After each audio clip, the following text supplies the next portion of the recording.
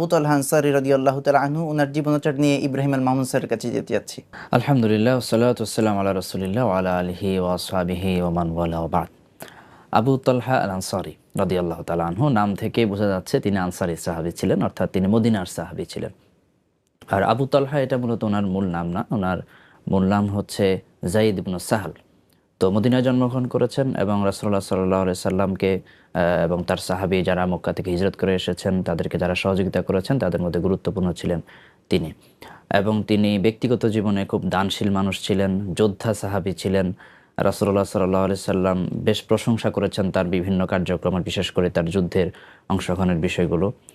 আর তিনি ইসলাম গ্রহণ করেছেন, এখানে একটা ইন্টারেস্টিং গল্প আছে, সেটা হচ্ছে তিনি মূলত ইসলাম গ্রহণ করেছেন তার স্ত্রীর কারণে।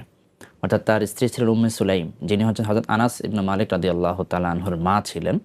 তো সেই অর্থে আবু তালহা আনসারী হচ্ছেন আনাস ইবনে মালিকের সৎ বাবা। অর্থাৎ উম্মে সুলাইমের ছেলে ঠিক আছে, কিন্তু তিনি আবু তালহা আনসারীর ছেলে না। অর্থাৎ তাদের মধ্যে সম্পর্ক ছিল বাবা এবং সৎ পুত্রের।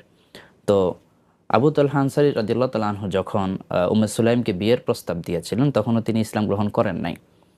তো উম্মে সুলাইম রাদিয়াল্লাহু তাআলা আনহা তিনি বললেন যে ইন্নাকা রাজুলুন কাফিরুন ওয়া আনা ইমরাতুন মুসলিমা, যে আপনি একজন কাফির মানুষ, আমি হচ্ছি একজন মুসলিম মহিলা, আমি তো আপনাকে বিয়ে করতে পারি না।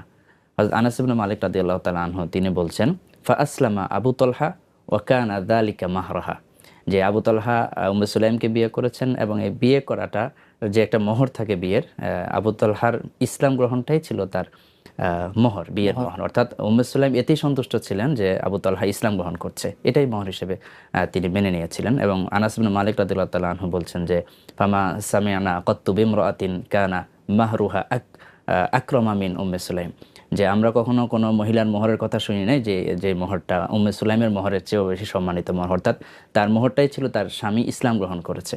তো এই ছিল মোটামুটি তার